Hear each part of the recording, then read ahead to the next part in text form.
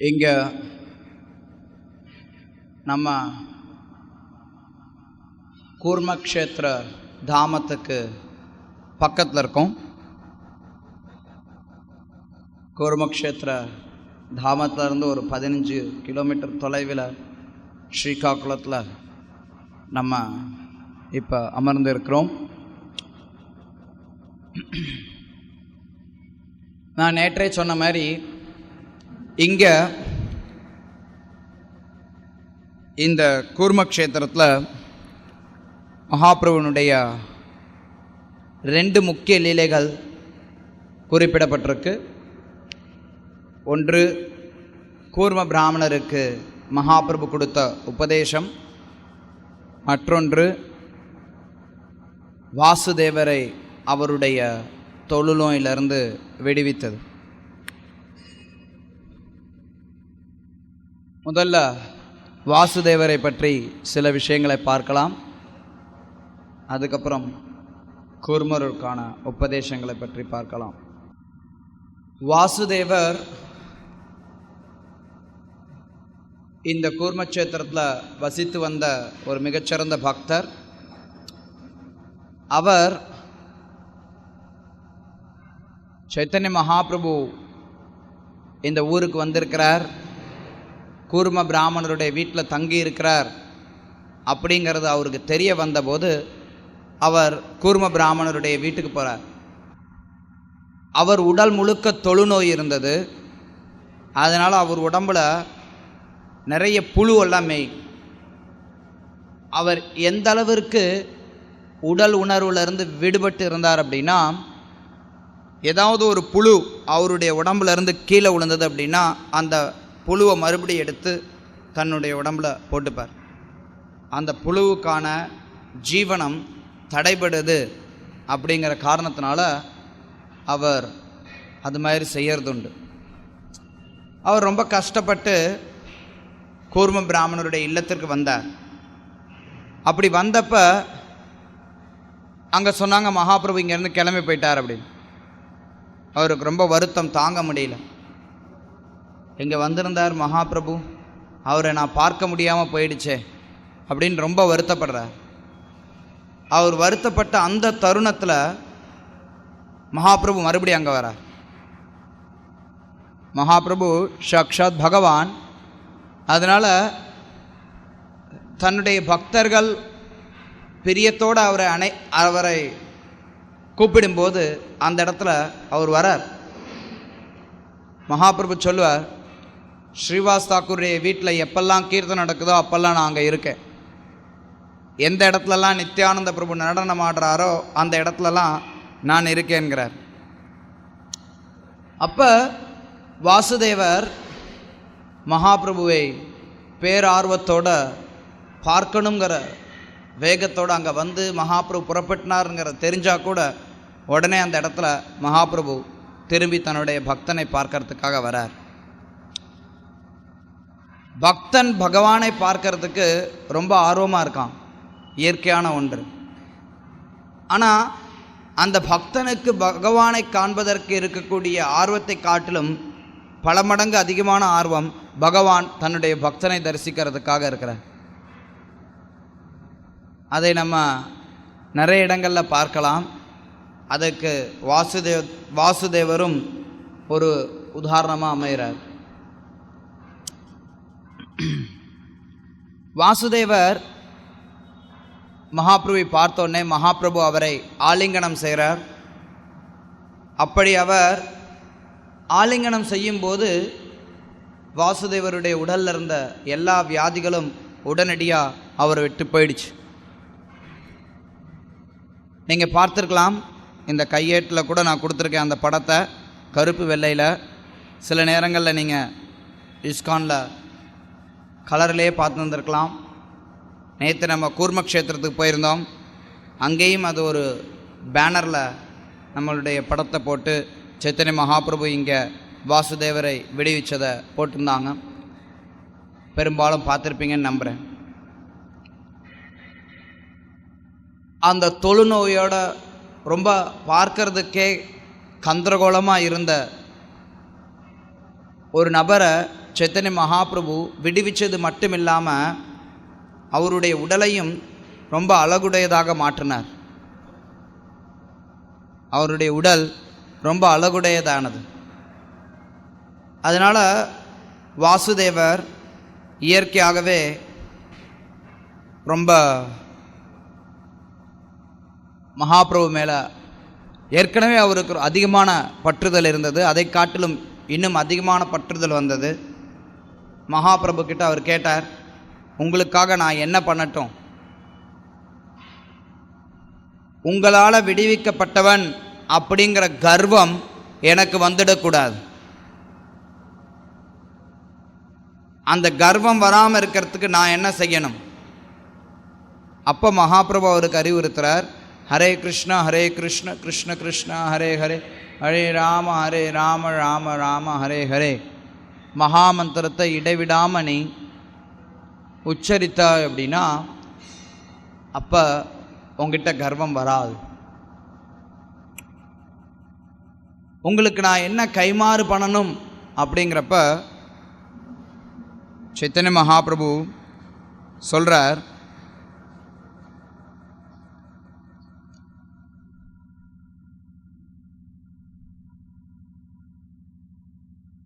அத்தியாயம் 7 மத்திய லீலை ஸ்லோகம் 147. ஸ்ரீ சைத்தன்ய மகாபிரபு கிருஷ்ணரை பற்றி பிரச்சாரம் செய்து உயிர்வாளிகளை விடுவிக்கும்படியும் வாசுதேவருக்கு அறிவுறுத்தினார். அதன் விளைவாக கிருஷ்ணர் வெகு விரைவில் வாசுதேவரை தனது பக்தராக ஏற்றுக்கொள்வார் என்று கூறினார். பொருளுரை. ஸ்ரீல பிரபுபாதருடைய பொருளுரை. வாசுதேவ விப்ரர் ஒரு தொழுநோயாளியாக துன்பப்பட்ட போதிலும் ஸ்ரீ சைத்தன்ய மகாபிரபு அவரை குணப்படுத்திய பிறகு மகாபிரபு அவரை கிருஷ்ண உணர்வினை பிரச்சாரம் செய்யும்படி அறிவுறுத்தினார். உண்மையில் தான் செய்த செயலுக்கு கைமாறாக மகாபிரபு விரும்பியது ஒன்றே ஒன்றுதான். வாசுதேவர் கிருஷ்ண உணர்வினை பிரச்சாரம் செய்து எல்லா மனிதர்களையும் விடுவிக்க வேண்டும். இதுவே அகில உலக கிருஷ்ண பக்தி இயக்கத்தின் வழிமுறை ஆகும். இந்த இயக்கத்தின் ஒவ்வொரு உறுப்பினர்களும் மிகவும் மோசமான சூழ்நிலையிலிருந்து விடுவிக்கப்பட்டுள்ளனர். ஆனால் தற்போது அவர்கள் கிருஷ்ண உணர்வினை பிரச்சாரம் செய்வதில் ஈடுபட்டுள்ளனர். அவர்கள் பௌதிகவாதம் என்னும் நோயிலிருந்து குணமடைவது மட்டுமல்ல, மிகவும் மகிழ்ச்சிகரமான வாழ்வினை வாழ்கின்றனர். அவர்களை கிருஷ்ணரின் மிகச்சிறந்த பக்தர்களாக ஒவ்வொருவரும் ஏற்கின்றனர். அவர்களது முகத்திலேயே அவரது குணங்கள் வெளிப்படுகின்றன. யாரேனும் கிருஷ்ணரின் பக்தராக அங்கீகரிக்கப்பட விரும்பினால் அவர் ஸ்ரீ சைத்தன்ய மகாபிரபுவின் அறிவுரையை பின்பற்றி பிரச்சார பணியினை மேற்கொள்ள வேண்டும்.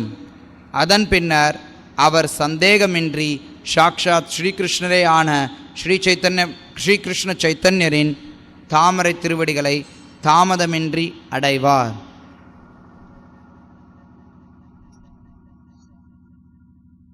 இது சைத்தன்ய மகாபிரபு வாசுதேவருக்கு கொடுத்த உபதேசம்.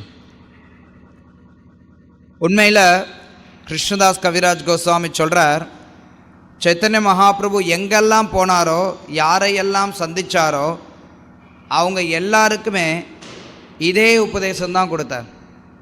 2 உபதேசம்.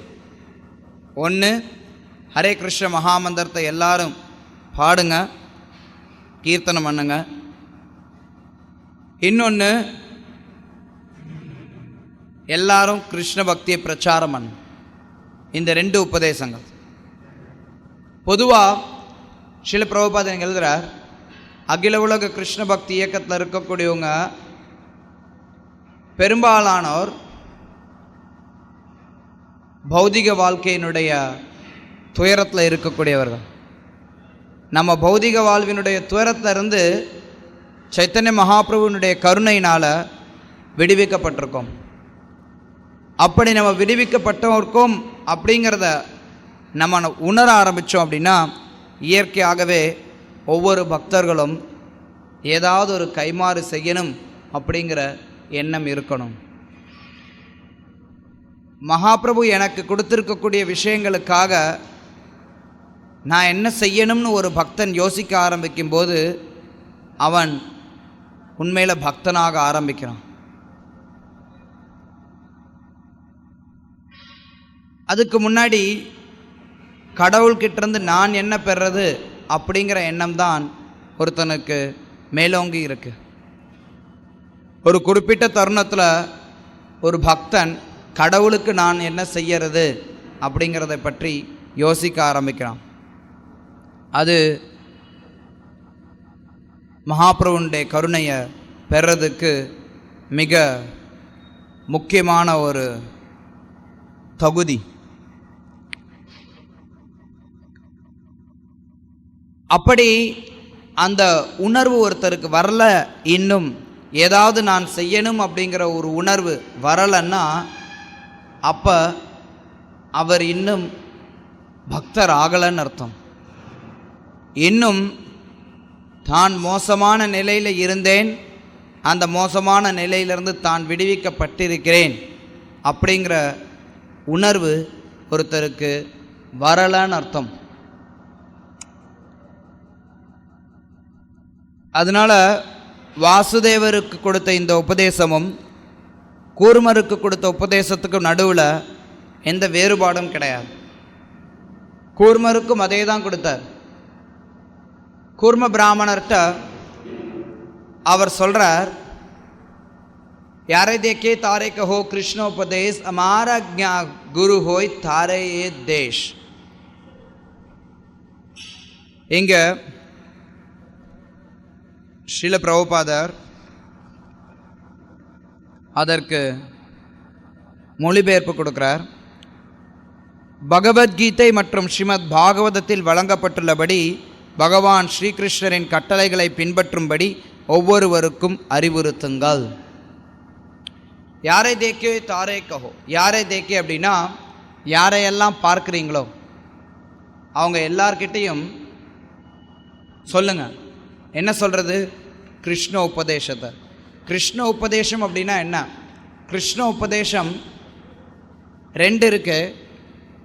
ஒன்று கிருஷ்ணரால் கொடுக்கப்பட்ட உபதேசம், இன்னொன்று கிருஷ்ணரை பற்றிய உபதேசங்கள்.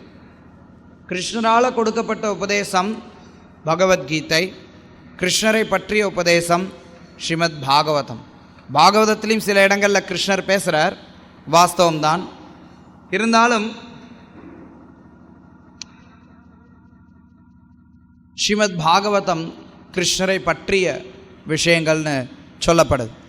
கிருஷ்ண உபதேசம் அப்படிங்கிறது ஸ்ரீமத் பாகவதத்தையும் பகவத்கீதையும் குறிப்பாக எடுத்து சொல்லுது. அதை மற்றவர்களுக்கு உபதேசிக்க சொல்லி சைத்தன்ய மகாபிரபு கூர்மர்கிட்ட சொல்கிறார். அதை தொடர்ந்து சொல்கிறார், இவ்விதமாக ஆன்மீக குருவாகி இப்பூமியிலுள்ள ஒவ்வொருவரையும் விடுவிப்பதற்கு முயற்சி செய்யுங்கள். மகாபிரபு கூர்ம பிராமணருக்கு கட்டளையிடுறார், நீ ஆன்மீக குருவாகும், எல்லாரையும் விடுவிப்பாயாக.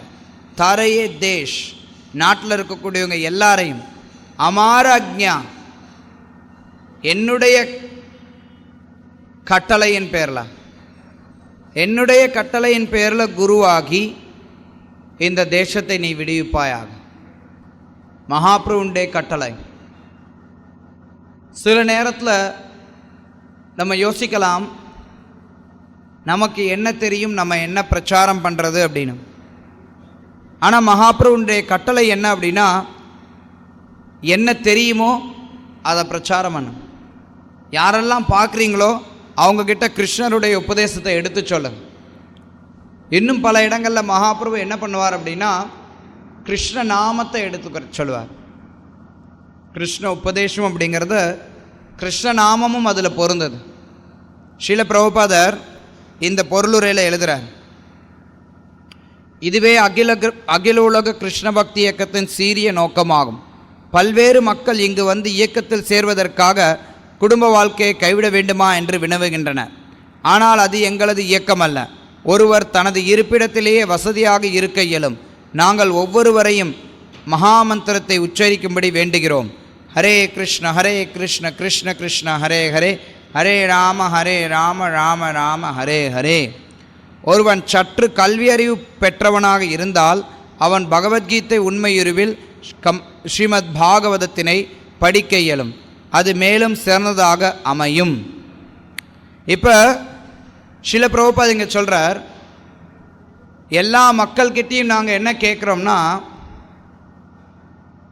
ஹரே கிருஷ்ண மகாமந்திரத்தை உச்சரிக்க சொல்லி கேட்குறோம். யார் கொஞ்சம் கல்வியறிவு பெற்றவர்களாக இருக்கிறாங்களோ அவங்களுக்கு பாகவதத்தையும் பகவத்கீதையும் படிக்க சொல்லி கேட்குறோம். இந்த 2 விஷயங்கள் ஸ்ரீல பிரபுபாதர் இங்கே சுட்டி காட்டுறார்.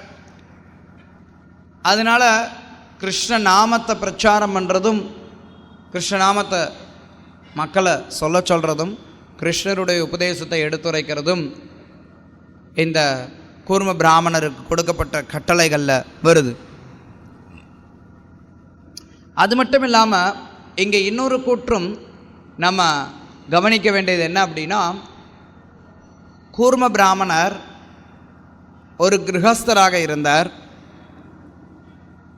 அவர் சைத்தன்ய மகாபிரபுவை பார்த்து சைத்தன்ய மகாபிரபுவினுடைய பரவசத்தை கண்டு அதனால் அவர் கவர்ச்சியுற்று மகாபிரபு கூடவே வர்றேன்னு சொல்லி கேட்டார்.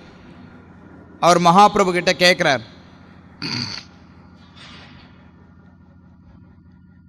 மகாபிரபுவை பார்த்ததுனால அதை தொடர்ந்து அவர் சொல்கிறார்,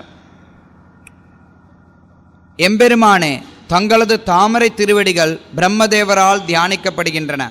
அதே தாமரை திருவடிகள் தற்போது எனது இல்லத்திற்கு வந்துள்ளன. என்னுடைய பேரதிர்ஷ்டத்திற்கு எல்லையே இல்லை. இதனை விளக்கவே இயலாது.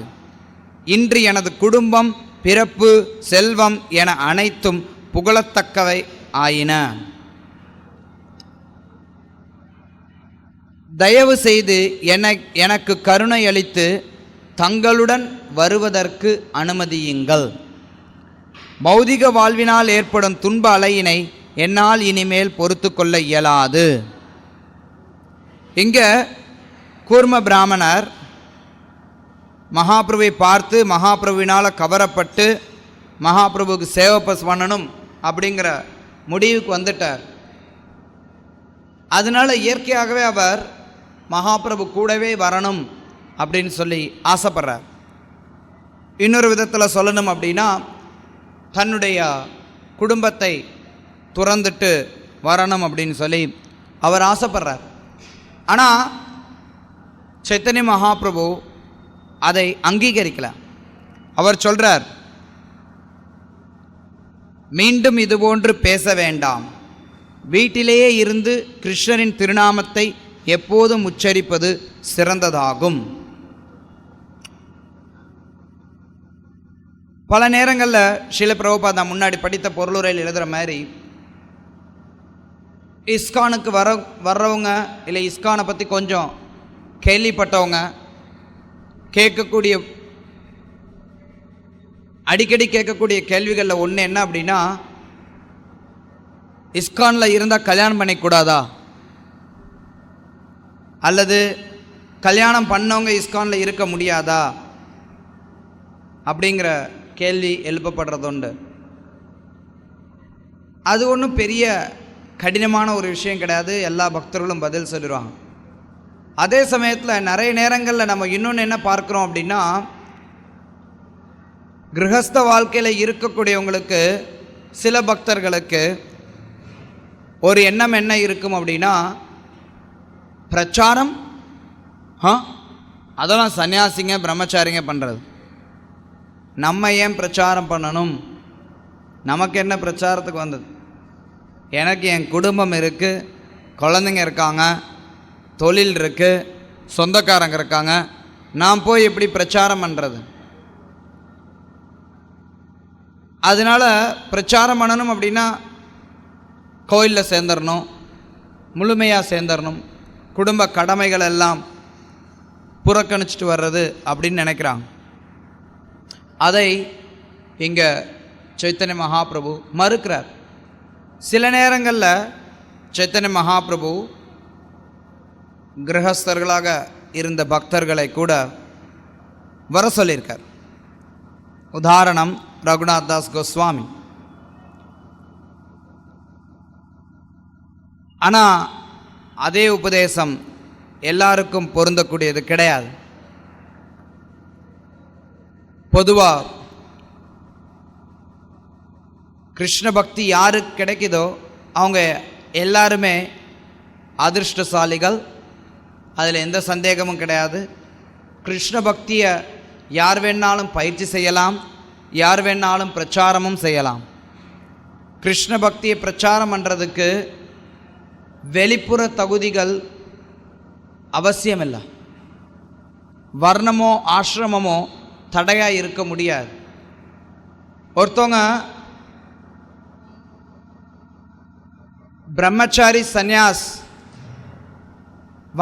அதாவது உண்மையில் சொல்லணும்னா சந்நியாஸ்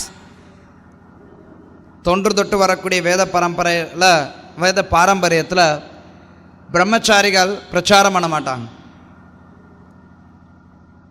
சந்நியாசிகள் தான் பிரச்சாரம் செய்யக்கூடியவர்கள்.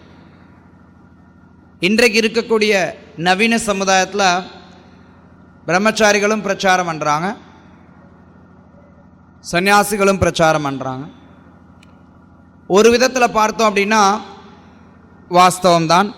பிரம்மச்சாரிகளாலும் சந்நியாசிகளாலும் நிறைய நேரங்களை கிருஷ்ணருடைய பணிக்காக தியாகம் பண்ண முடியும்.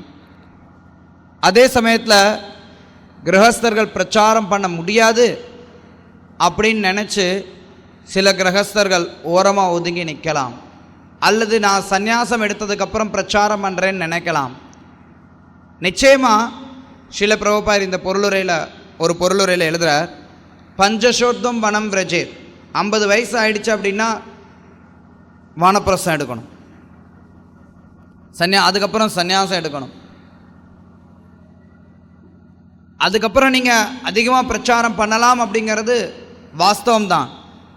அதே சமயத்தில் கிரகஸ்த வாழ்க்கையில் இருக்கும்போது பிரச்சாரம் பண்ண முடியாதுன்னு நினச்சிங்கன்னா அது சைத்தன்ய மகாபிரபு உங்களுக்கு கொடுக்கக்கூடிய கட்டளையை மீறதா அமையும். சைத்தன்ய மகாபிரபு கூர்ம பிராமணருக்கு கொடுத்த இந்த உபதேசம் அவருக்கு மட்டும் கொடுக்கப்பட்டது கிடையாது, எல்லா கிரகஸ்த பக்தர்களுக்கும் கொடுக்கப்பட்ட ஒரு உபதேசம். கிருஷ்ண பக்தியை பிரச்சாரம் பண்ணுறதுக்கு எதுவுமே தடை கிடையாது. பல விஷயங்களை நினச்சி நீங்கள் தடையாக நீங்களாக நினச்சிக்கலாம், ஆனால் அது தடையாக இருக்கணுங்கிற அவசியம் கிடையாது. கிருஷ்ணருடைய உபதேசங்களை எல்லா பக்தர்களும் பேசுறதுக்கான எடுத்துரைக்கிறதுக்கான திறன் படைத்தவர்களாக இருக்கணும். பக்தியை நம்ம பயிற்சி செய்கிறோம் அப்படின்னா நம்ம என்ன விஷயத்தை பயிற்சி செய்கிறோமோ அதை அடுத்தவங்களுக்கு எடுத்து சொல்கிறதுல என்ன கஷ்டம் இருக்க முடியும்? எந்த விதத்தில் என்ன கஷ்டம் இருக்க முடியும்? யாரால் விஷயங்களை நல்லா கிரகிச்சிருக்காங்களோ அவங்களால விஷயங்களை வெளியில் எளிமையாக எடுத்து சொல்ல முடியும். யாரால் விஷயங்களை கிரகிக்க முடியலையோ அவங்களால அதை வெளியில் எடுத்து சொல்ல முடியாது. இயற்கை. அதனால் கிருஷ்ண பக்தர்கள் கிருஷ்ணரை பற்றிய விஷயங்களை மற்ற பக்தர்கள்ட்டிருந்து கேட்டு கிரகித்து அதை மற்றவங்களுக்கும் எடுத்து சொல்கிறது அப்படிங்கிற ஒரு முக்கியமான பணியை ஏற்றுக்கொள்ள வேண்டியது அவசியம். இது சைத்தன்ய மகாபிரபுவுடைய கட்டளை. கலியுகத்தில் பிரம்மச்சாரிகளாக சேர்றது அப்படிங்கிறது அரிது. ரொம்ப குறைவான ஆத்மாக்கள் அது மாதிரி வரலாம். அதுலேயும் மிக குறைவான ஆத்மாக்கள் சந்நியாசம் எடுக்கலாம். அதனால் பிரம்மச்சாரிகளும் சந்நியாசிகளும் அரிதுங்கிறதுனால கிரகஸ்தர்கள் பெரும்பான்மையானவர்களாக இருக்கிறாங்க. அவங்க பிரச்சார பணி எடுக்க வேண்டியதும் காலத்தினுடைய கட்டாயமாகும். முன்னே சொன்ன மாதிரி கிருஷ்ண பக்திக்கு யாரெல்லாம் வர்றாங்களோ அவங்க எல்லாரும் அதிர்ஷ்டசாலிகள். அதில் சில நேரங்களில் சில அதிர்ஷ்டசாலிகள் அவங்க குடும்ப பந்தத்தில் சிக்கிறதுக்கு முன்னாடி கிருஷ்ண பக்திக்கு வரக்கூடும். அப்படி குடும்ப பந்தத்தில் சிக்கிறதுக்கு முன்னாடி ஒருத்தவங்க கிருஷ்ண பக்திக்கு வந்தாங்க அப்படின்னா அப்போ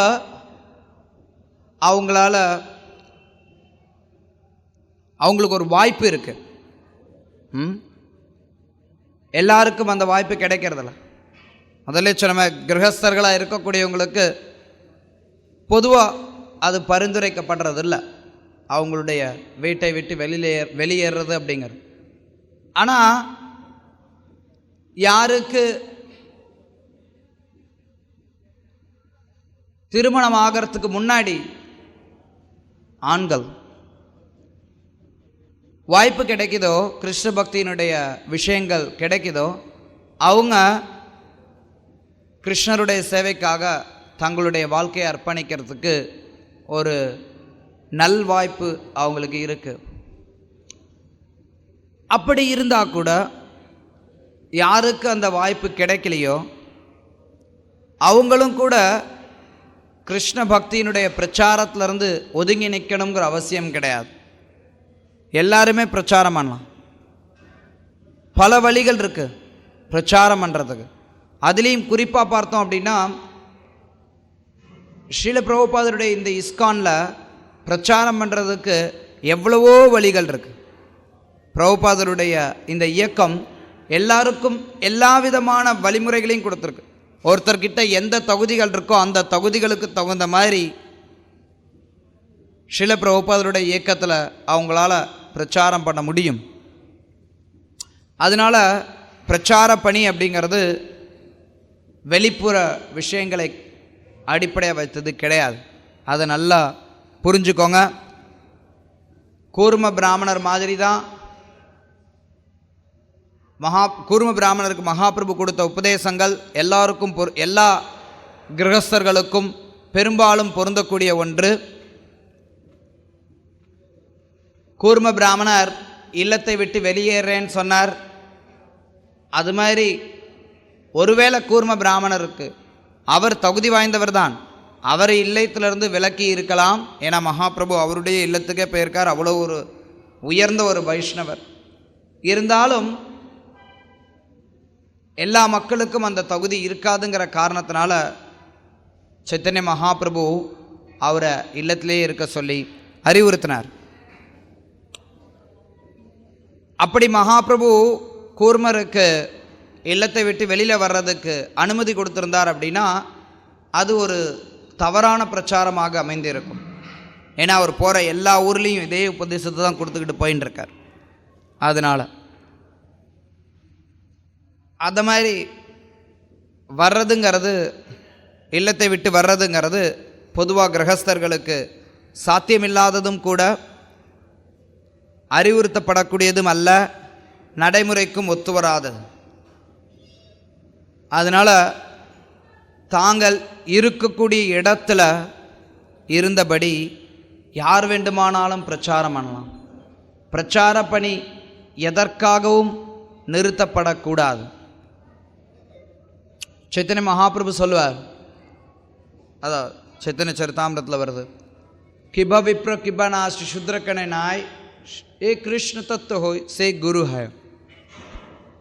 ஒருத்தர் விப்ரன் அப்படின்னா நல்லா படித்தவங்க, பண்டிதன், ஞாசி சந்நியாசி. ஒருத்தர் விப்ரனாக இருக்கலாம், சந்நியாசியாக இருக்கலாம், சூத்ரனாகவும் இருக்கலாம். கிருஷ்ண தத்துவ ஹோய், அவருக்கு கிருஷ்ண தத்துவம் தெரிஞ்சிருந்தது அப்படின்னா சே குரு ஹய, அவரால் குருவாக முடியும். குரு ஆகிறதுக்கான தகுதி கிருஷ்ண தத்துவமே ஒழிய பிரம்மச்சாரி, கிரகஸ்த, வானப்பிரஸ்த, சந்நியாஸ், பிராமண, சத்திரிய, வைஷ்ய, சூத்ர இல்லை சண்டாளன், இந்த மாதிரி எந்த ஒரு தடையும் கிடையாது. யார் வேண்டுமானாலும் குருவாகலாம், யார் வேண்டுமானாலும் கிருஷ்ண உபதேசத்தை பிரச்சாரம் செய்யலாம். ஒரு வைஷ்ணவனை எப்போவுமே நம்ம வெளி தோற்றத்தை வைத்து பார்க்கக்கூடாது, அது அபராதமாகும். ஒரு குருவானவர் கிருஷ்ண தத்துவத்தை தெரிந்திருக்கணும். யாருக்கு கிருஷ்ண தத்துவம் தெரிஞ்சிருக்கோ அவங்களால கிருஷ்ண தத்துவத்தை எடுத்துரைக்க முடியும். கிருஷ்ண தத்துவம் தெரியல அப்படின்னா கிருஷ்ண தத்துவத்தை எடுத்துரைக்க முடியாது. அதை தவிர இதர விஷயங்கள், வர்ணமோ ஆசிரமமோ உடல் உபாதைகளோ அதெல்லாம் ஒரு பொருட்டல்ல. ரூப கோஸ்வாமி உபதேசாமிரத்தில் சொல்கிறார், திருஷ்டைஸ் பாவஜனிதைர் வபுசைஷ்ட தோஷை ந பிராகிருதத்வமிக பக்த ஜனஸ்ய பங்கை கங்காம்புதம் அத்புத ஃபேன பங்கை பிரம்ம திரவதம் உபகச்சதி நீர தர்மாய். எப்படி கங்கையில் நீராட போகிறவங்க, கங்கையில் சில நேரத்தில் நுரை இருக்கலாம், மண் இருக்கலாம், தூசி கலந்து வரலாம், இருந்தாலும் கங்கையினுடைய மகத்துவத்தை தெரிஞ்சு கொண்டு கங்கையில் நீராடுறாங்களோ, அதே மாதிரி ஒரு வைஷ்ணவனுடைய ஜாதி, உடலமைப்பு போன்ற விஷயங்களை பார்க்காமல் அவர்கிட்ட எந்த அளவுக்கு கிருஷ்ண தத்துவம் தெரிஞ்சிருக்குங்கிறத புரிஞ்சுக்கிட்டு அதன்படி ஒரு வைஷ்ணவன் செயல்படுறான். அதனால் நம்ம வாழ்க்கையில் பிரச்சாரம் பண்ணணும். எல்லா பக்தர்களும் பிரச்சாரம் பண்ணுறோம் அப்படின்னா அதுக்கு கிருஷ்ண தத்துவம் நீங்கள் தெரிஞ்சிருக்கணும், வாஸ்தவம். அதே சமயத்தில் இன்னொரு முக்கியமான தகுதியும் இருக்குது. என்ன? இன்னொரு முக்கியமான தேவையும் இருக்குது. தகுதின்னு சொல்கிறதோட பிரச்சாரம் பண்ணுறதுக்கு இன்னொரு முக்கியமான தேவை இருக்குது. என்ன?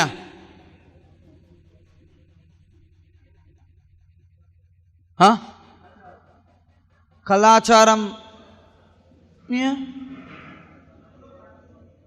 நம்மளும் பயிற்சி பண்ணணும். ஓகே, நான் அது அப்புறமா வரேன்.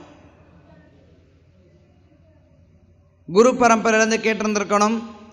நான் சொல்கிறது தகுதி கேட்கல, ஒரு தேவை கேட்குறேன். ஆர்வம் ஓகே, இல்லைன்னு சொல்லலை.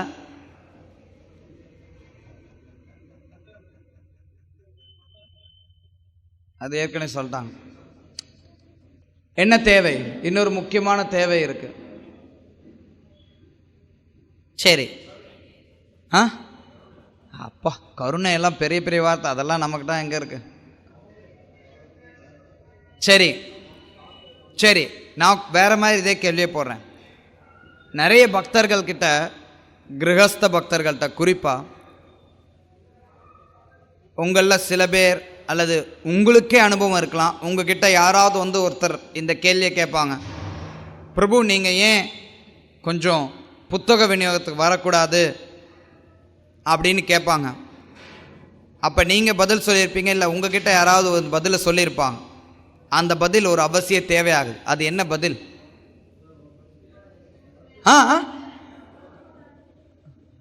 நேரம் இல்லை பிரபு.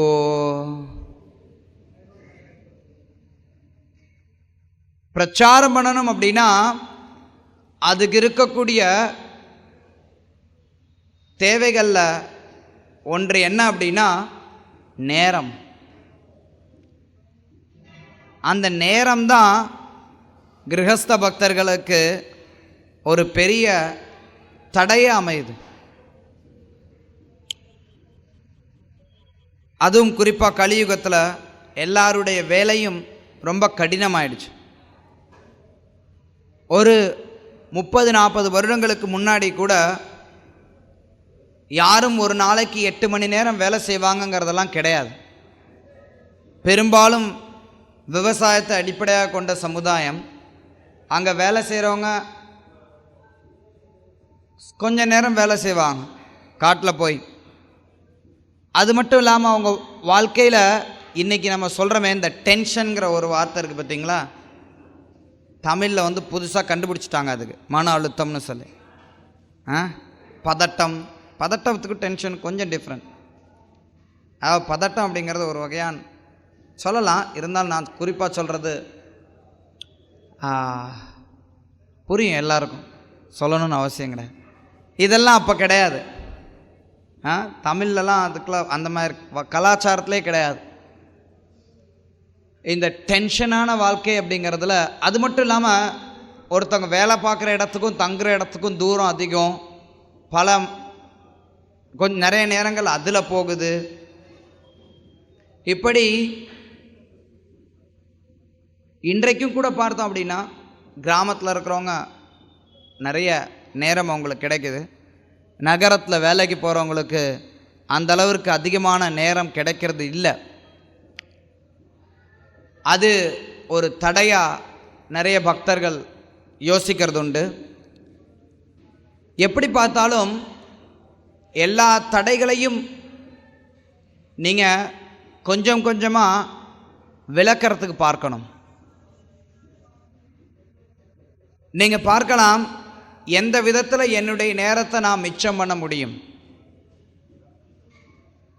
ரொம்ப அதிகமாக பொருள் ஈட்டுறதுக்கு வேலை செய்ய வேண்டிய அவசியம் கிடையாது.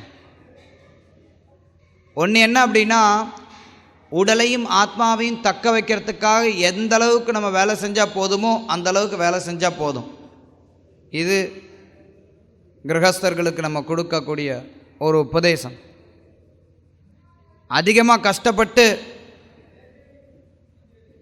வேலை செய்யணுங்கிற அவசியம் கிடையாது. என்னங்க பிரபு இப்படி சொல்கிறீங்க, அவ்வளோ கஷ்டப்பட்டாலே ஒன்றும் வரமாட்டேங்குது. நம்ம செலவு பண்ணுறதுக்கு நினச்சோம்னா நம்ம கையில் ஒரு மாதத்துக்கு 1 கோடி ரூபா கிடைச்சா கூட பத்தாது. எல்லாமே அவசியமாகத்தான் தெரியும், எதுவுமே அவசியம் இல்லாததாக தெரியாது, எல்லாமே அவசியமானதாக தெரியும். 15-20 வருஷத்துக்கு முன்னாடி அவசியம் இல்லாத பல பொருட்கள் இன்றைக்கி நமக்கு அவசியமானதாக தெரியும். நம்ம இன்றைக்கி யோசித்து பார்க்காத பல பொருட்கள் இன்னும் 15-20 வருஷம் கழித்து அவசியமானதாக தெரியும். என்ன வரப்போகுதுன்னு நமக்கு தெரியாது. 20 வருஷத்துக்கு முன்னாடி இவ்வளோ பேர் செல்ஃபோன் யூஸ் பண்ணுவாங்கன்னு நினச்சி பார்த்தது கிடையாது. 40 வருஷத்துக்கு முன்னாடி எல்லார் வீட்லேயும் டேப்பை திறந்தால் தான் தண்ணி வரணும்னு எதிர்பார்த்தது கிடையாது. நிறைய இடங்களில் கிடையாது. வெளியில் போய் கிணத்துல சரசரன்னு இறைச்சிட்டு வருவாங்க, அவ்வளோதான். இது உதாரணத்துக்கு நான் சொல்கிறேன். எப்படி பார்த்தாலும் ஒவ்வொரு பக்தர்களும் அவங்களுடைய தேவைகளை குறைச்சிக்கிட்டிங்கன்னா உங்களுடைய வேலைப்பளு இயற்கையாகவே குறையும். வேலைப்பளு குறைஞ்சது அப்படின்னா உங்களுக்கு நேரம் கிடைக்கும். நேரம் கிடைச்சது அப்படின்னா உங்களால் பிரச்சாரம் பண்ண முடியும். நீங்கள் பிரச்சாரம் பண்ணிங்க அப்படின்னா மகாபிரபுடைய கருணை உங்களுக்கு கிடைக்கும். மகாபிரபுடைய கருணை உங்களுக்கு கிடைச்சதுன்னா உங்களுக்கு கிருஷ்ண பிரேமை கிடைக்கும். கிருஷ்ண பிரேமை கிடைச்சதுன்னா அதுக்கு மேலே உங்களுக்கு எதுவுமே தேவையில்லை. அதனால் உங்களுடைய நேரத்தை எந்த அளவிற்கு பௌதிக காரியங்கள்லேருந்து விலக்கி கொள்ள முடியுமோ அந்த அளவிற்கு விலக்கி கொள்றதுக்கு ஒவ்வொரு பக்தர்களும் முயற்சி செய்யணும். நீங்கள் உங்களுடைய நேரத்தை மிச்சம் பண்ணால் தான் நீங்கள் பக்தி தொண்டை பயிற்சி செய்யக்கூட முடியும். பிரச்சாரம் செய்கிறது 2ஆம் பட்சம். சைத்தன்ய மகாபிரபு சொல்கிறார், ஜன்மசார்த்தக கரிகர பரோபகார். ஒருத்தருடைய ஜன்மத்தை பக்குவம் பண்ணிட்டு நம்ம மற்றவங்களுக்கு உதவி செய்யணும். அதனால் நீங்கள் உங்களுடைய ஜன்மத்தை பக்குவம் பண்ணிக்கணும் அப்படின்னா உங்களுக்கு நேரம் வேணும். நிறைய பக்தர்கள் நிறைய நேரங்களில் நினைக்கிறது உண்டு, கிருஷ்ண பக்தி பயிற்சினா என்ன பண்ணணும், 16 மாலை ஹரே கிருஷ்ண ஜெபம் பண்ணணும், 4 கட்டுப்பாடு இது முறையை கடைபிடிக்கணும், அவ்வளோதான், முடிஞ்சு போச்சு. எப்பயாவது நேரம் கிடச்சது அப்படின்னா கொஞ்சம் அப்படி புஸ்தகத்தை எடுத்து புரட்டி பார்க்கறது. நிறைய பக்தர்கள் பல வருஷமாக வருவாங்க, பகவத்கீதை கூட படிச்சிருக்க மாட்டாங்க, இல்லை பாகவதம் தொட்டு கூட பார்த்துருக்க மாட்டாங்க, சைத்தன்ய சரிதாமிரதா பற்றிலாம் கற்பனையில் கூட யோசிச்சு கூட பார்த்துருக்க மாட்டாங்க. அப்படி எதுக்கு வேலை செய்யணும்? உங்களுடைய ஜன்மத்தை சார்த்தகம் பண்ணிக்கிறதுக்கு, உங்களுடைய ஜன்மத்தை பக்குவப்படுத்திக்கிறதுக்கு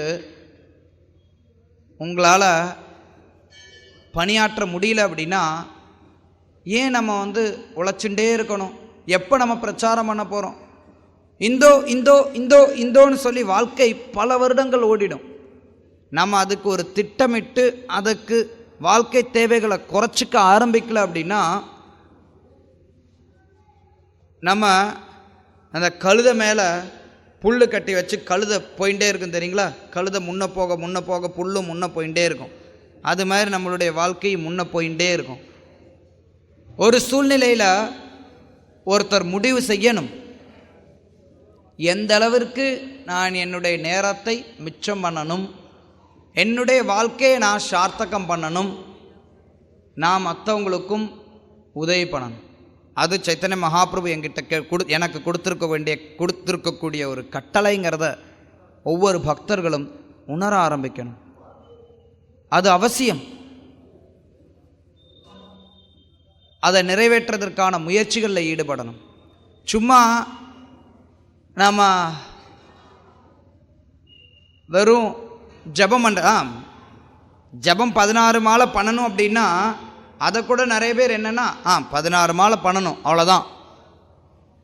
அதுவும் இப்போ நவீன காலத்தில் ஒரு அட்வான்டேஜ் வந்துருச்சு. Click click click click click click Hare Krishna Hare Krishna Krishna Krishna Hare Hare Hare Ram Hare Ram Ram Ram click வேறு ஏதாவது வேலை செய்கிறது, அது ஒன்றுன்னு கவுண்ட் ஆகிருக்கும்.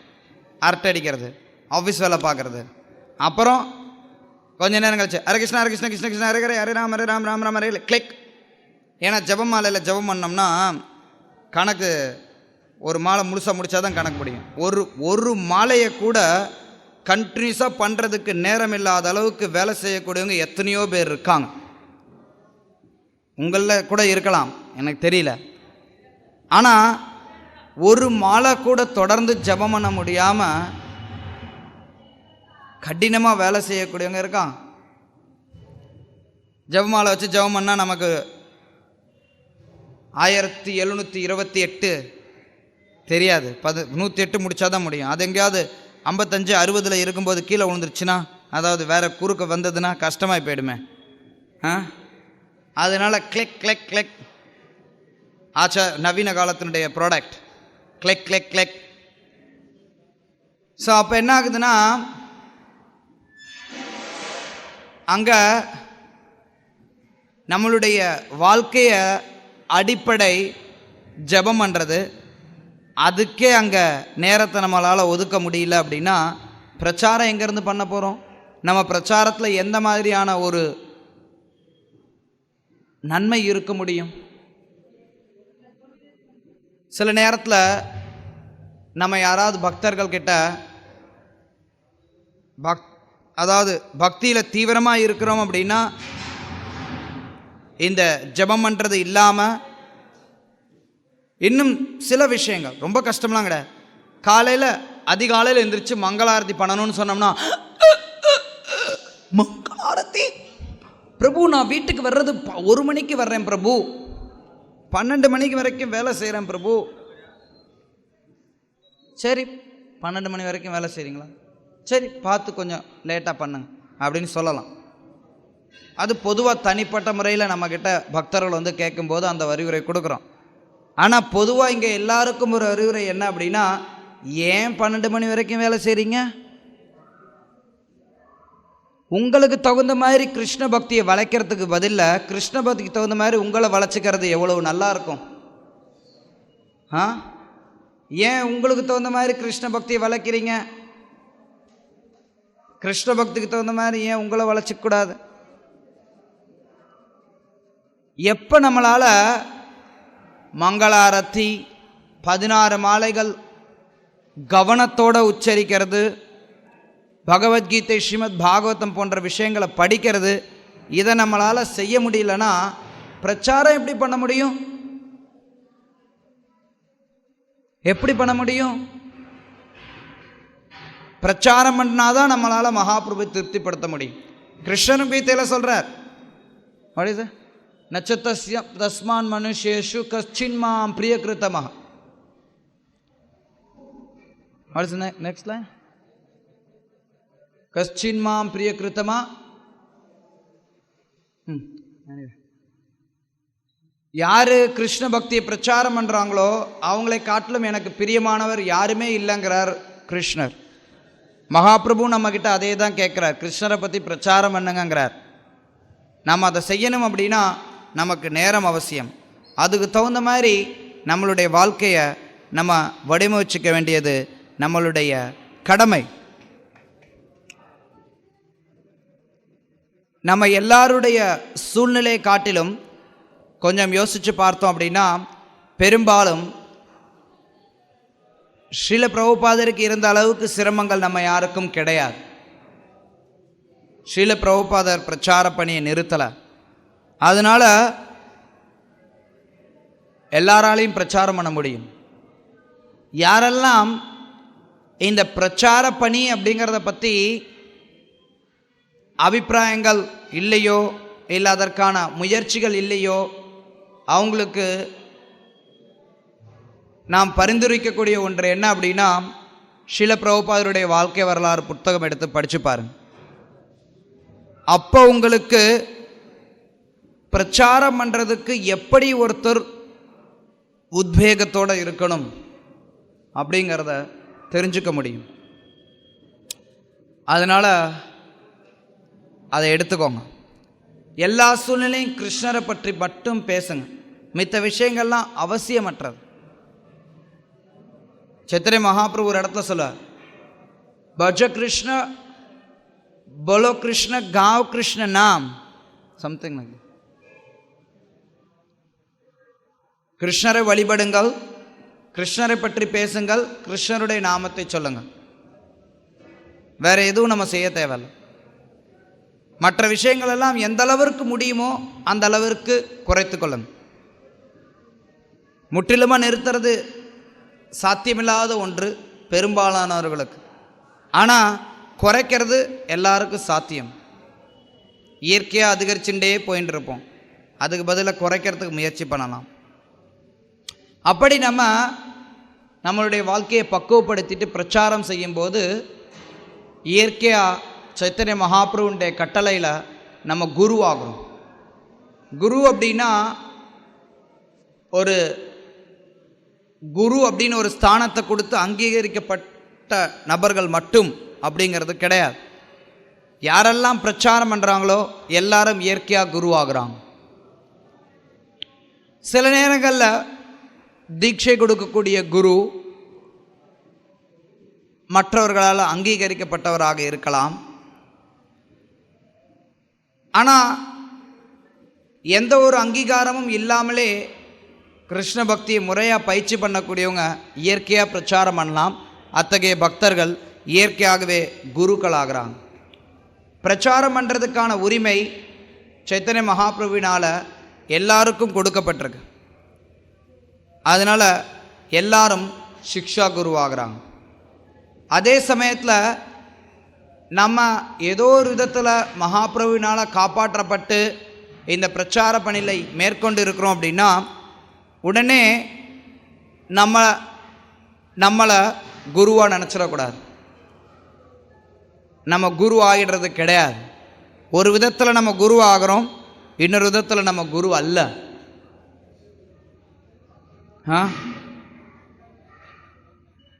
நம்ம செய்யக்கூடிய பணி குருவினுடைய பணியாக இருக்கலாம். அதே சமயத்தில் எப்போ ஒரு குரு தன்னை குருன்னு நினைக்கிறாரோ அப்போ அவர் காரு ஆகிறார்னு சொல்லி பக்திசான் சரஸ்வதி தாக்கூர் சொல்கிறார். காரு அப்படின்னா ஆடு, இன்னொரு விதத்தில் சொல்லணும் அப்படின்னா மிருகம். ஒரு ஆச்சாரியர் ஒரு தடவை தன்னுடைய சிஷ்யர்களோடு நடந்து போயின்னு இருந்தார். அங்கே ஒரு பாம்பு ஒன்று ஆல்மோஸ்ட் சாகிற நிலையில் அடித்து போட்டு கிடக்குது. அதை சுற்றி நிறைய எறும்புகள் வந்து கடிச்சு கொதறின்று. அதை பார்த்துட்டு அவர் சொன்னார், இந்த பாம்பு முந்தின பிறவியில் குருவாக இருந்தது, கடிக்கக்கூடிய எறும்புகள்லாம் அவருடைய சிஷ்யர்களாக இருந்தாங்க. அவர் குருவினுடைய ஸ்தானத்தை தனக்குன்னு எடுத்த காரணத்தினால அவர் அடுத்த பிறவியில் பாம்பா பிறக்கிறார். அவருடைய சிஷ்யர்கள், அந்த குரு எப்படி அந்த சிஷ்யர்களை ஏய்த்து பிழைச்சாரோ அது மாதிரி அவங்களுடைய சிஷ்யர்கள் அவரை கடின்னு கடிக்கிறாங்க. வெளியில் நல்லா இருக்கலாம், இப்போ நான் உட்கார்ற மாதிரி உங்கள் எல்லாரையும் மேலே உட்காந்துட்டு கொஞ்சம் பேருக்கு அறிவுரை கொடுக்கறது இதெல்லாம். ஆனால் அதே சமயத்தில் நம்மளுடைய உணர்வு பக்குவமாக இல்லை அப்படின்னா, நான் குரு, நான் சொல்கிறத நீ கேட்கணும்.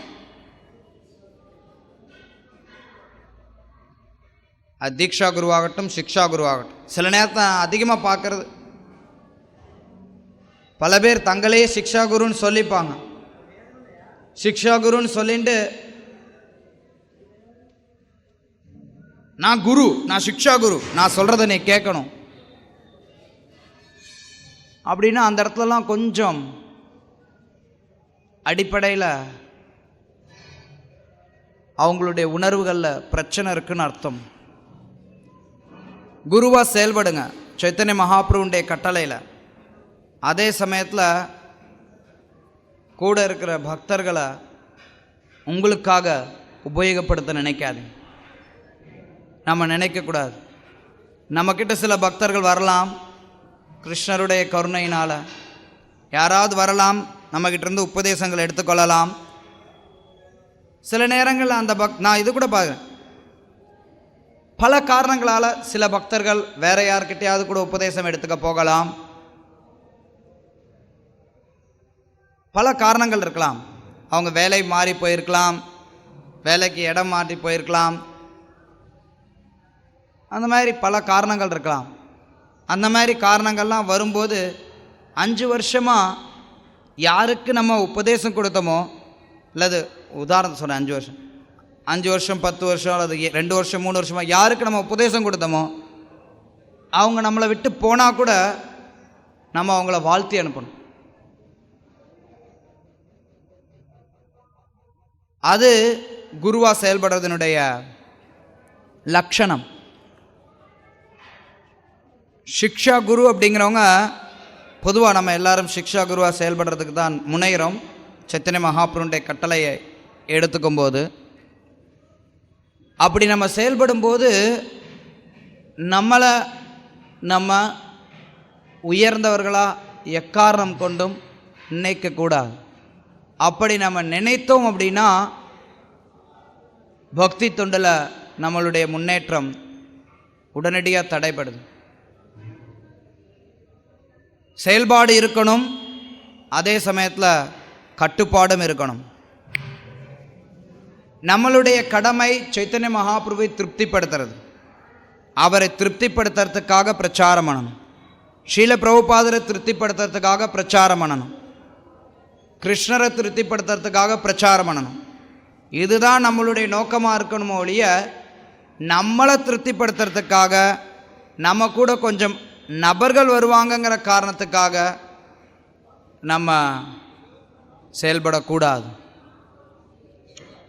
நம்மக்கிட்ட கொஞ்சம் ஆட்கள் வருவாங்க அப்படிங்கிறதுக்காக செயல்பட தொடங்கணும் அப்படின்னா பக்தியை விட்டுருவோம். ந தனம் ந ஜனம் ந சுந்தரீம் கவிதாம். தனம் வேண்டாம், ஜனம் வேண்டாம், அழகிய பெண்கள் வேண்டாம், புகழ் வேண்டாம்னு சொல்கிறோம். ஒரு பக்கம் புகழ் வேண்டாம்னு சொல்லிட்டு இன்னொரு பக்கம் புகழை சேகரிக்கிறதுக்காக செயல்பட்டோம் அப்படின்னா அப்போ பக்தி தொண்டில் நம்மளால் முன்னேற முடியாது.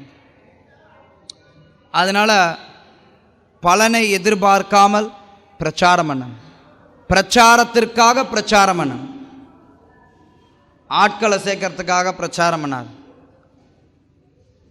அப்படி நம்ம செயல்பட்டோம் அப்படின்னா நம்ம பிரதிஷ்டாக்கிலேருந்து விடுபடுவோம், நமக்குன்னு வரக்கூடிய புகழ் பெருமைகள்லேருந்து. அப்படி இல்லைன்னா இந்த பிரதிஷ்டா நம்மளை சாப்பிட்ரும். நம்ம பக்தியை தான் வளர்க்குறோன்னு நினச்சி வளர்த்துட்டு இருப்போம், ஆனால் பக்கத்தில் கலைக்கு தண்ணி ஊற்றின்னு இருப்போம். களை நிறைய முளைச்சிருக்கும், பக்தி செடி மறைஞ்சிருக்கும். களை தான் பக்தின்னு நினச்சி களைக்கு நிறைய தண்ணி ஊற்றின்னு இருப்போம். அதனால் இந்த விஷயத்தில் ரொம்ப கவனமாக இருக்கணும். நமக்கு என்ன விஷயங்கள் தெரியுமோ அந்த விஷயங்களை பிரச்சாரம் பண்ணலாம். எதுவும் கற்பனை பண்ண வேண்டிய அவசியம் கிடையாது. ஒரு விஷயம் தெரியாது அப்படின்னா தெரியாதுன்னு சொல்கிறதுல எந்த ஒரு கஷ்டமும் கிடையாது. அதுக்காக நீங்கள் கற்பனை பண்ணி ஏதோ முடிவுகளை கொண்டு வரணுங்கிற அவசியம் கிடையாது. தெரியாதுன்னு சொல்லி மூத்த பக்தர்கள்ட்ட கேட்டு பிரச்சாரம் பண்ணுற காரியத்தை செய்யுங்க. சில நேரத்தில் சில பக்தர்கள் பிரச்சாரம் பண்ணணும் அப்படின்னா எனக்கு இந்த வசதி வேணும், அந்த வசதி வேணும், அதெல்லாம் இருந்தால் தான் என்னால் பிரச்சாரம் பண்ண முடியும், எனக்கு ஒரு கார் வேணும், புஸ்தக விநியோகத்துக்கு போங்க பக்தர்களே அப்படின்னா என்னால் போக முடியாது, எனக்கு கார் இருந்தால் தான் போக முடியும். இல்லை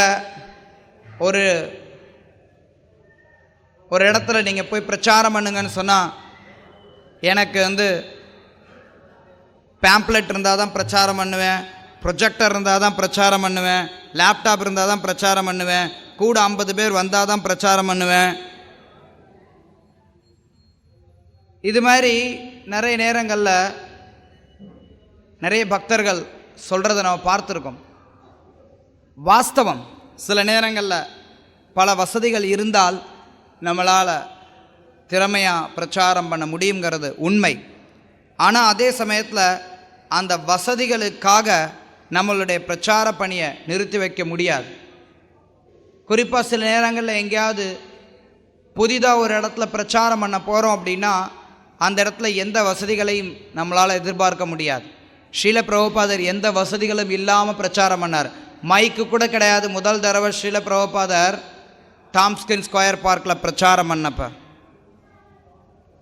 அவர் யாரையும் எதிர்பார்த்து பிரச்சாரம் பண்ணார். அவர் கிருஷ்ணருக்காக பிரச்சாரம் பண்ணார். அவருடைய குரு மகாராஜ் ஸ்ரீல பக்தி சித்தாந்த சரஸ்வதி தாக்கூருக்காக பிரச்சாரம் பண்ணார். அவர் கையில் இருந்தது கரத்தால். அவர் பாட்டுக்கு உட்காந்து பாட ஆரம்பித்தார். ஆனால் பாடி முடிச்சுட்டு அவர் உபன்யாசம் கொடுத்தார். எந்திரிச்சு நின்று பேசினார். சில பேர் கேட்டாங்க, சில பேர் சத்தம் போட்டாங்க. எத்தனை பேருக்கு என்ன கேட்டது எதுவும் தெரியாது. கருத்து என்ன அப்படின்னா, பிரச்சார பணி அப்படிங்கிறது எந்த ஒரு வெளிப்புற விஷயங்களுக்காகவும் நிற்கக்கூடாது. எந்த ஒரு வெளிப்புற விஷயங்களையும் சார்ந்தது அல்ல. பிரச்சார பணி அப்படிங்கிறது நம்மக்கிட்ட இருக்கக்கூடிய தூய்மையை அடிப்படையாக கொண்டு இருக்கு. எந்த அளவிற்கு நம்ம தூய்மையாக இருக்கமோ அந்த அளவிற்கு நம்மளுடைய பிரச்சாரத்தில் வலு இருக்கும். அதனால் பிரச்சாரகர்கள் தூய்மைக்கு முக்கியத்துவம் கொடுக்கணுமோ ஒழிய இதர வசதிகளுக்கு 2ஆம் தர முக்கியத்துவம் தான் கொடுக்கணும். மற்ற வசதிகள் இருக்கலாம், இருந்தால் பிரச்சாரம் பண்ணலாம், வாஸ்தவம்தான், இல்லைன்னு சொல்லலை, மறுப்புக்கு இடம் கிடையாது. நம்மளுடைய ஆச்சாரியர்கள் நமக்கு யுக்த வைராகியத்தை கற்றுக் கொடுத்துருக்காங்க. நம்ம எல்லா பொருள்களையும் கிருஷ்ணருடைய தொண்டில் உபயோகப்படுத்துகிறோம்.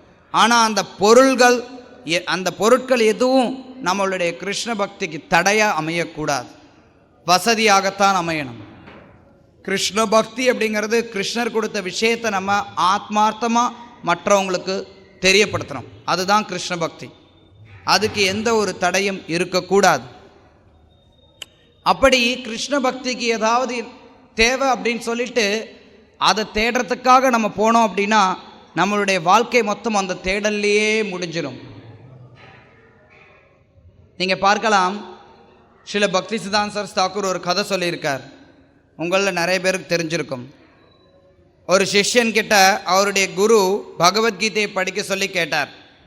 அந்த சிஷ்யன், என்னால் கோயிலில் இருந்து படிக்க முடியல, எனக்கு தனிமையான இடம் வேண்டும், நான் குகையில் போய் படிக்கிறேன், குகையில் போய் படிக்க போனார். குகையில் படிச்சுட்டு இருந்தப்போ அவருடைய பகவத்கீதையினுடைய பிரதிகளை எலி சாப்பிடுது. சரி, எலியை தொல்லை தாங்க முடியலையே, எலி தொல்லைக்கு என்ன பண்ணுறதுன்னு நினச்சார். பூனையை கொண்டு வந்தார். பூனையை கொண்டு வந்து எலி ஓடிச்சு. ஆனால் பூனை பாலுக்காக கத்திக்கிட்டே இருந்தது. ஐயையோ, பூனை கத்தின்ண்டே இருக்குதுன்னு சொல்லி பாலுக்கு என்ன பண்ணுறதுன்னு சொல்லி கிராமத்தில் பசுமாடு தானமாக வாங்கிட்டு வந்தார். பூனையோட பிரச்சனை போயிடுச்சு, எலியோட பிரச்சனை போயிடுச்சு. பசுமாட்டை பார்த்துக்கணுமே, பசுமாட்டை பார்த்துக்கிறதுலையே அவருடைய நேரம் எல்லாம் போச்சு. அவரால் பகவத்கீதையை படிக்கவே முடியல. சரி, பசுமாட்டை பார்த்துக்கிறதுக்கு என்ன பண்ணலாம் அப்படின்னு நினச்சார். பசுமாட்டை பார்த்துக்கிறதுக்கு ஒரு வேலைக்காரனை வச்சார். அந்த வேலைக்காரனை வச்சா கூட அவனையும் இவர் பராமரிக்க வேண்டியிருந்தது, மேற்பார்வையிட வேண்டியிருந்தது. அதனால் அவர் என்ன நினச்சார்னா, சரி எனக்கு ஒரு மனைவி இருந்தால் அவள் இந்த வேலை எல்லாத்தையும் பார்த்து கொள்வாள், நான் பகவத்கீதையை படிக்கலான்னு நினச்சான். கல்யாணம் பண்ணா, குழந்தை வந்தது. பும்சஸ்திரிய மிதுனி பாவம் ஏத்த தாயோ ஹிருதய கந்திமாகும். அடுத்து என்ன ஆகும்? 2 பேரும் இணையும் போது கிரக வீடு தேவைப்படுது, சேத்திர வேலை தேவைப்படுது, நிலம் சுத்த சொந்தக்காரங்க தேவைப்படுறாங்க, குழந்தைங்க தேவைப்படுறாங்க, எல்லாரும் வந்துட்டாங்க. பகவத்கீதை ஒரு பக்கம் ஓரமாக முறைஞ்சு போச்சு. பல வருஷத்துக்கு அப்புறம் குரு வரார், தன்னுடைய சிஷ்யன் எங்கன்னு கேட்குறார். அங்கே பெரிய மாளிகை தெரியுதுல்ல, அதில் தான் உங்கள் சிஷ்யன் வசிக்கிறார்னு அனுப்பி விட்றாங்க. அவர் அங்கே போய் பார்க்கும்போது, ஹே என்ன பண்ணுற, பகவத்கீதை படிக்கிறதுக்கு தானே இங்கே வந்த, என்ன பண்ணிட்டுருக்க? இல்லை குரு மகாராஜ், நான் பகவத்கீதை படிக்கிறதுக்கு தான் இப்போ முயற்சி பண்ணிட்டுருக்கேன். அதாவது நம்ம லோக்கல் பாஷையில் சொல்லணும் அப்படின்னா, ஆப்ரேஷன் சக்ஸஸ் பேஷண்ட் டெட் ஏறக்குறை. அதாவது எல்லா வசதிகளையும் நம்ம சேகரித்து அதுக்கப்புறம் பிரச்சாரம் பண்ணோம்னு நினச்சோம்னா, அதுக்கப்புறம் நம்ம கிருஷ்ண பக்தியை பயிற்சி பண்ணோம்னு நினச்சோம்னா, நம்ம என்றைக்குமே பிரச்சாரம் பண்ண முடியாமல் போகலாம். அதனால் எந்த அளவிற்கு முடியுமோ அந்த அளவிற்கு நமக்கு இருக்கக்கூடிய திறனில் நம்ம பிரச்சாரம் பண்ணலாம். ஹரிநாம சங்கீர்த்தனமே மிகப்பெரிய பிரச்சாரம். உங்களால் பெரிய அளவில் உபன்யாசம் கொடுக்கறதுக்கெலாம் திறன் இல்லை அப்படின்னு நினச்சிங்கன்னா கூட நாம சங்கீர்த்தனத்தில் ஈடுபடுங்க. கடினமானது கிடையாது நாம சங்கீர்த்தனம். கலிகாலத்தில் நம்மளுடைய புத்தி ரொம்ப மந்தமாக இருக்கிறனால நம்மளால் அதை கூட ஒழுங்காக பாட தெரியறதில்ல, அது கூட நம்மளால் கர்த்தால் ஒழுங்காக வாசிக்க தெரியறதில்ல. இருந்தாலும் கவலைப்படாதீங்க, உங்களுக்கு தெரிஞ்ச மாதிரி வாசிங்க. தனியாக குழுவில் மற்ற பக்தர்கள் வாசிக்கிறதுக்கு நல்லா தெரியும் போது தொயின் அடித்து நீங்கள் கீர்த்தனத்தை சிதைக்க வேண்டாம். ஆனால் பிரச்சாரம் பண்ணுங்க, நாம சங்கீர்த்தனத்தை பண்ணுங்க. ஸ்ரீல பிரபுபாத் எல்லாரையும் இது பண்ண சொன்னார். நாமத்தை சொல்லுங்கள், 4 கட்டுப்பாட்டு விதிமுறைகளை கடைபிடிங்க, இதை நீங்கள் பிரச்சாரம் பண்ணுங்க. இதோடு சேர்ந்து இன்னொரு அற்புதமான பிரச்சார வழிமுறை புத்தக விநியோகம். ஸ்ரீல பிரபுபாதர் இதை அதிகளவில் ஊக்குவிச்சிருக்கார். நாம சங்கீர்த்தனம் நம்ம பண்ணும்போது சில இடங்களுக்கு கேட்கும், ஆனால் புத்தக விநியோகம் அப்படிங்கிறது ரொம்ப தூரத்துக்கு போகக்கூடியது, பிருகத் மிருதங்கம். அதனால் ஸ்ரீல பிரபுபாதருடைய புத்தகத்தை விநியோகம் பண்ணுறது அப்படிங்கிறது மிகப்பெரிய பிரச்சார பணி. ஒரு இடத்துல போய் உபன்யாசம் கொடுக்கலாம், அந்த உபன்யாசம் எவ்வளோ நேரம் கேட்பீங்க? நீங்கள்லாம் பக்தர்கள் இருந்தால் கூட இந்த உபன்யாசம் முடிஞ்சதுக்கப்புறம் நாளைக்கு உங்ககிட்ட யாராவது நேற்று உபன்யாசத்தில் அவர் என்ன சொன்னார்னு கேட்டாங்கன்னா, உங்களில் எத்தனை பேரால் 50% உபன்யாசத்தை திருப்பி சொல்ல முடியும் நோட்ஸ் இல்லாமல்? கிடையாது. 50% கூட திருப்பி சொல்ல முடியாது. ஏன்னா நம்மளுடைய புத்தி கலியுகத்தில் எல்லாருக்குமே மந்தமாக தான் இருக்குது. அதனால் பரிந்துரை செய்யப்படுறது என்ன அப்படின்னா, நீங்கள் பிரச்சாரம் பண்ண போகும்போது புஸ்தகத்தையும் கொண்டு போங்க. புஸ்தகத்தை நீங்கள் கொடுக்கறது அப்படிங்கிறது அவங்க கையில் எப்போவுமே இருக்கும், எப்போ வேணாலும் பார்த்துக்க முடியும், எப்போ வேணாலும் அதை புரட்டி பார்க்க முடியும். என்ன நடந்தது, ஏது நடந்ததுங்கிறத தெரிஞ்சுக்கலாம், என்ன விஷயங்கிறத கற்றுக்கொள்ளலாம். அதனால் பிரச்சார பணி ரொம்ப முக்கியம், அதில் புத்தக விநியோகம் ரொம்ப முக்கியம். ஸ்ரீல பிரபுபாத் சொல்வார், சில நிமிடங்கள் நீங்கள் பேசுகிறதுனால என்ன வந்துட போகுது, புத்தகங்களை கொடுங்க, அது அவங்கக்கிட்ட நிரந்தரமாக இருக்கும்னு. அதனால் பக்தர்கள் புத்தக விநியோகத்தின் மூலமாக எளிமையான விதத்தில் அதிகமான பிரச்சாரங்களில் ஈடுபடலாம்.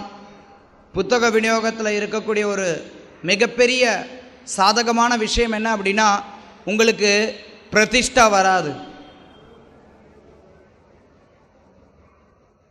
நீங்கள் ஒரு நல்ல உபன்யாசகராக இருக்கிறீங்க அப்படின்னா, கொஞ்சம் வருஷம் ஆனதுக்கப்புறம் உங்களுக்குன்னு சில ரசிகர்கள் இருப்பாங்க. அது நமக்கு பெரிய தடைக்கல் கிருஷ்ண பக்தியில் முன்னேறதுக்கு. அதே சமயத்தில் நீங்கள் புத்தக விநியோகம் பண்ணிங்கன்னா, நீங்கள் 40 வருஷம் புத்தக விநியோகம் பண்ணாலும் ரோட்டில் புத்தகம் வாங்க வர்றவன் புதுசாக வர்றவன் தான். அவன் உங்களை எந்த விதத்துலையும் சீண்டவே மாட்டான். அப்போ உங்களுடைய பக்தி, நம்ம எல்லாருடைய பக்தி பாதுகாக்கப்படுறதுக்கு ரொம்ப உதவியாக இருக்குது. இன்னொரு முக்கியமான தகுதி என்ன அப்படின்னா, நம்ம குருவாக செயல்படுறோம், பிரச்சாரம் பண்ணுறோம் அப்படின்னா, புத்தக விநியோகம் செய்கிறோம் அப்படின்னா, ஹரிநாம சங்கீர்த்தனம் பண்ணுறோம் அப்படின்னா, அந்த இடத்துல நம்மளுடைய ஆச்சாரமும் முக்கியம். ஆச்சார் பிரச்சார். என்ன விஷயத்தை நம்ம சொல்கிறோமோ அந்த விஷயத்தை நம்ம கடைபிடிக்கிறோமா அப்படிங்கிறத நம்ம பார்க்க வேண்டியது அவசியம். நம்ம ஒருத்தவங்களுக்கு அறிவுரை கொடுக்க ஆரம்பித்த உடனேயே அவங்க நம்மக்கிட்ட அதிகமாக எதிர்பார்ப்பாங்க. பல நேரங்களில் நான் அதையும் பக்தர்கள்ட்ட சொல்கிறதுண்டு. சும்மா ஏதோ உங்களுக்கு ஒருத்தர் ஸ்ரீல பிரபுபாதருடைய உபதேசங்களை திருப்பி சொல்கிறார் அப்படிங்கிறதுனால அந்த பக்தரை உடனே நீங்கள் கொண்டு போய் பரமஹம்ச நிலையில் வச்சுட்டு அவர்கிட்ட சுத்த பக்தராக இருக்கணும்னு எதிர்பார்க்காதீங்க. அப்படி ஒரு பெரிய கோட்டையை நீங்கள் கட்டினீங்க அப்படின்னா, அப்போ அந்த கோட்டை உங்களுக்கு ஒரு கஷ்டத்தை கொடுக்கலாம் சில நேரங்களில். அத்தகைய கோட்டைகளை கட்ட வேண்டாம். எல்லா பக்தர்களும் ஸ்ரீல பிரபுபாதர் என்ன உபதேசங்களை கொடுத்துருக்காங்களோ அதே உபதேசங்களை திருப்பி சொல்கிறதுக்கு பார்க்குறாங்க. அதே மாதிரி நீங்களும் செயல்படுங்க. எல்லாரும் செயல்படலாம், நம்ம எல்லாருமே செயல்படலாம். அதே மாதிரி நல்ல ஆச்சாரத்தோடு நம்ம பிரச்சாரம் பண்ணோம் அப்படின்னா, அப்போ அந்த தூய்மையானது நம்மளுடைய பிரச்சாரத்தில் நன்மையை கொடுக்கும், விளைவை கொடுக்கும். அப்படி இல்லை அப்படின்னா நம்மளுடைய பிரச்சாரமானது பூரண நன்மையை கொடுக்காது. சில நேரங்களில் நம்மளுடைய பயிற்சியில் கோட்டை விட்டோம் அப்படின்னா, மங்களாரத்தி, குரு பூஜா, ஸ்ரீமத் பாகவதம், ஹரிகிருஷ்ண மகாமந்திர ஜபம், நம்மளுடைய அன்றாட நடத்தைகள், இதில் நம்ம கோட்டை விட்டோம் அப்படின்னா நம்மளுடைய பிரச்சாரத்தில் நன்மை இருக்காது. அந்த பிரச்சாரம் சில நாளில் கொஞ்சம் மூக்த பக்தர்கள் ஆயிட்டோம் அப்படின்னா ஓடின்னு இருக்கலாம் கொஞ்ச நாள். ஆனால் அந்த இடத்துல உள்ளே இருக்கக்கூடிய ஒரு பக்தனுக்கு இருக்க வேண்டிய அவசியமான சுபாவமான பணிவுங்கிறது போயிடுச்சு அப்படின்னா அந்த இடத்துல அந்த பக்தர் அதுக்கு மேலே பக்தராக இருக்கிறது இல்லை. அப்போ அவருடைய பிரச்சாரம் பெரிய அளவில் நன்மையை கொடுக்காது. உண்மையில் சொல்ல போனோம் அப்படின்னா, நம்ம எல்லாரும் பிரச்சாரம் பண்ணுறோம், ஆனால் உண்மையில் நம்ம பிரச்சாரம் பண்ணுறது கிடையாது. ஸ்ரீல பிரபுபாதர் பிரச்சாரம் பண்ணுறார், அவர் பிரச்சாரம் பண்ணுறதுக்கு நம்ம உதவி செய்கிறோம். பிரபுபாதர் ஒரு கதை சொல்லுவார். என்னென்னா, ஒரு போர்க்களத்தில் நிறைய பேர் அம்புகளால் தாக்கப்பட்டு காயமடைஞ்சு கிடக்கிறாங்க. அந்த போர்க்களத்தில் இருக்கக்கூடியவர் ஒரே ஒரு மருத்துவர் இருக்கார். அந்த மருத்துவர் என்ன பண்ணுறார் அப்படின்னா, போய் யாருக்கெல்லாம் உதவி பண்ண முடியுமோ அவங்களுக்கெல்லாம் உதவி பண்ணி அவங்கள மறுபடி சக்தி கொண்டு வரார். அப்படி சக்தி பெற்றவர்களுடைய இயற்கை என்ன அப்படின்னா, யார் தன்னை குணப்படுத்துகிறாங்களோ அவங்களுக்கு உதவி செய்கிறாங்க. ஏன்னா ஒருத்தரால் நிறைய காரியங்களை செய்ய முடியாது. சைத்தன்ய மகாபிரபுவும் இதே விஷயத்தை சொல்கிறார். அவர் சொல்கிறார், பக்தி கொடியிலிருந்து வரக்கூடிய பழம், பிரேமைங்கிற பழத்தை எல்லா இடத்துலையும் நிறைய கிடக்கு. அதில் ஒரே ஒரு தோட்டக்காரனா நானே நின்று பறித்து நானே கொண்டு போய் ஒவ்வொருத்தருக்கும் எத்தனை பேருக்கு என்னால் கொடுக்க முடியும், எனக்கு உதவி பண்ணுங்கிறார். அந்த ரீதியில் நம்ம தோட்டக்காரனும் கிடையாது, சைத்தன்ய மகாபிரபு தான் தோட்டக்காரர். ஸ்ரீல பிரபுபா சொல்கிறது அந்த உதாரணத்தை எடுத்துக்கிட்டோம்னா, நம்ம மருத்துவர் கிடையாது, நம்ம மருத்துவருக்கு உதவி செய்யக்கூடிய அந்த ரீதியில் நம்ம பிரச்சாரம் பண்ணும்போது எவ்வளோ பிரச்சாரம் பண்ணாலும் எந்த ஒரு அகங்காரத்தினாலையும் நம்ம பாதிக்கப்பட மாட்டோம். பணிவு நம்மளை விட்டு போகாது. அதனால் எப்போவுமே உங்களால் எந்தளவுக்கு அதிகமாக பிரச்சாரம் பண்ண முடியுமோ அந்தளவிற்கு அதிகமாக ஸ்ரீல பிரபுபாதரை திருப்திப்படுத்துறதுக்காக, பரம்பரையினுடைய ஆச்சாரியர்களை திருப்திப்படுத்துறதுக்காக, மகாபிரபுவை திருப்திப்படுத்துறதுக்காக, கிருஷ்ணரை திருப்திப்படுத்துறதுக்காக நீங்கள் செயல்படணும்னு நான் கேட்டுக்கிறேன். நம்ம எல்லாரும் அதே மாதிரி செயல்படணும், நானும் அது மாதிரி செயல்படணும், நீங்களும் அது மாதிரி செயல்படணும். நம்ம கூட இருக்கக்கூடிய எல்லா பக்தர்களும் அது மாதிரி செயல்படுறதுக்கு நம்ம உதவி செய்யணும் ஒருத்தருக்கு ஒருத்தர். அப்போ நம்மளுடைய கூர்மக்ஷேத்திரத்தினுடைய பயணம் வெற்றிகரமானதாக அமையும். கிருஷ்ணதாஸ் கவிராஜ் கோஸ்வாமி சொல்கிறார், கூர்ம பிராமணருக்கு கொடுத்த இதே உபதேசம் நிறைய இடங்களில் நிறைய பேருக்கு கொடுக்கப்பட்டதுன்னு. இருந்தாலும் கூர்மக்ஷேத்திரத்தில் அது பதிவு செய்யப்பட்டிருக்கு. அதனால் இந்த இடத்துக்கு நம்ம வந்திருக்கோம். மகாபிரபு இங்கே பிரச்சாரம் பண்ண சொல்லி குறிப்பாக எல்லா பக்தர்களுக்கும் எல்லா நேரங்கள்லையும் அவர் கொடுக்கக்கூடிய கட்டளை, அதுலேயும் குறிப்பாக கிரகஸ்த பக்தர்களுக்கு பிரச்சாரம் பண்ணக்கூடிய கடமையை, பிரச்சாரம் பண்ண சொல்லி கடமையை இங்கே மகாபிரபு கொடுத்துருக்கார். அதனால் நீங்கள் ஒவ்வொருத்தரும் உங்களால் முடிஞ்ச அளவில் பிரச்சாரம் பண்ணுங்கள், ஸ்ரீல பிரபுபாதருடைய புத்தகங்களை விநியோகம் பண்ணுங்கள். ஹரே கிருஷ்ணா.